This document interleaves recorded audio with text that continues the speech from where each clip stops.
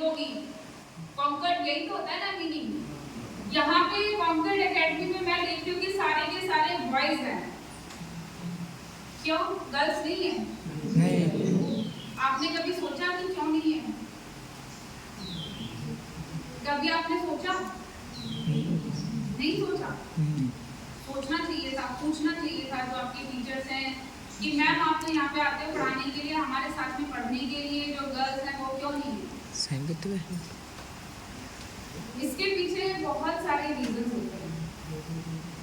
अगर एक लड़की आप लोगों के साथ यहाँ पर कॉन्कर्ड एकेडमी में, जिसका मतलब ही इतना खूबसूरत है, वो आपके साथ यहाँ पर नहीं है, बहुत सारे कारण हैं, बहुत सारे रीजंस हैं उसके पीछे हो सकते हैं, है ना? जैसे कि अभी सब सर ने भी बताया, फिर आरिफ ने भी बताया, और हमारे चाइल्ड केयर जो कमेटी है सर ने भी बताया कि हम पिछले टाइम से किस पे बात कर रहे हैं? चाइल्ड लेबर या फिर बॉर्न लेबर, है ना? और किस पे? चाइल्ड मैरिज और वुमेन ट्रैफिकिंग, मानव तस्करी, इसके ऊपर बात कर रहे हैं। चाइल्ड जो लेबर है उसके ऊपर तो बहुत सारा बता दिया, आप लोगों को समझ आ गया ना चाइल्ड लेबर क्या है? आप लोग जानते भी हैं कि चाइल्ड लेबर क्या है और इसको रोकने का तरीका क्या है, ये सब आप लोगों को पता है कि चाइल्ड लेबर को कैसे रोका जा सकता है? जानते हैं चाइल्ड लेबर को कैसे रोका जा सकता है? नहीं जानते। चाइल्ड लेबर को रोकने के जो तरीके हैं उनमें सबसे पहले है कि उसके साथ हो रहे जो अपराध, उसके साथ जो हो रही वो घटना है ना, एक बच्चे को जो उसका जीवन, उसका बचपन छीन कर उसको काम में लगा दिया जाता है, सबसे पहला जिम्मेदारी होता है उसका खुद का। लेकिन वो इतना समझदार नहीं है कि वो समझ पाए कि उसके लिए क्या अच्छा है और क्या बुरा है। तो उसके लिए दूसरा जिम्मेदार व्यक्ति कौन है? जो उसके साथ में है, समझदार है, जो उसको काम पे लगा रहा है, उसके माँ बाप। क्या माँ बाप इतने समझदार हैं? उसको पता है ना कि इसका बच्चे का भविष्य खराब हो रहा है चाइल्ड लेबर के चलते, समझदार है ना? माँ बाप को तो सबको पता है कि उसके बच्चे का भविष्य खराब हो जाएगा अगर उसको हम चाइल्ड लेबर में डाल देंगे तो। लेकिन उन लोगों की मजबूरी होती है।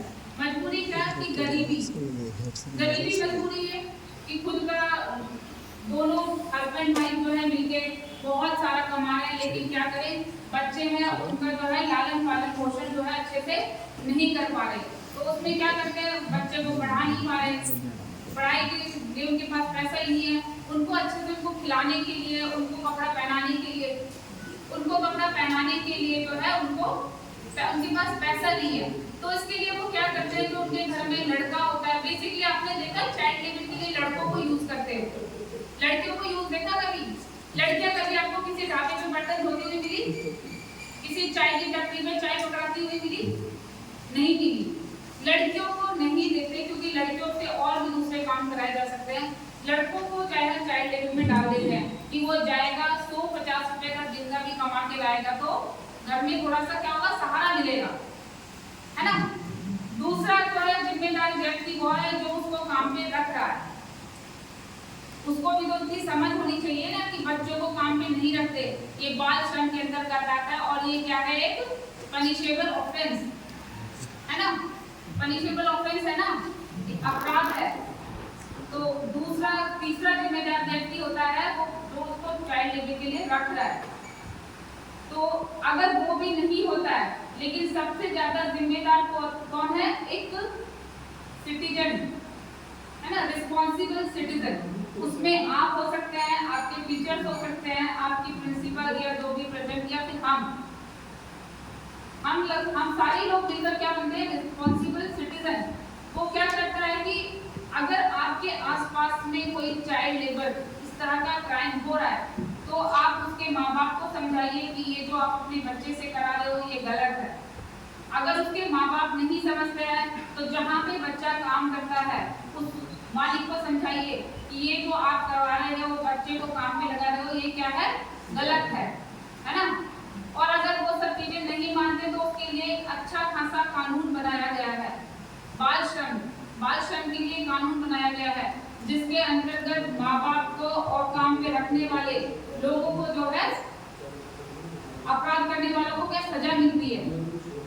तो वो जिम्मेदार नागरिक हम लोग हैं जो इन जैसे होने वाले अपराधों के खिलाफ जो है आवाज उठाते हैं।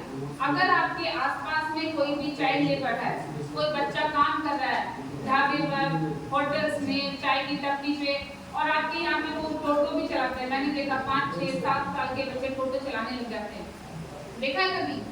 तो अगर इस तरह का आपके आसपास होता है तो आपको क्या है, जिम्मेदार नागरिक बनना है, उसके खिलाफ क्या है, आवाज उठानी है। ये जो उसके बच्चे के साथ हो रहा है, इसका बचपन, इसका भविष्य जो नष्ट हो रहा है वो आगे ना हो। तो कौन कौन जिम्मेदार नागरिक है यहाँ में? बस वो 4-5 लोग हैं, सभी जिम्मेदार है ना? हाँ हाँ, आप भी हो, बिल्कुल आप हो, आप भी ये काम कर सकते हो।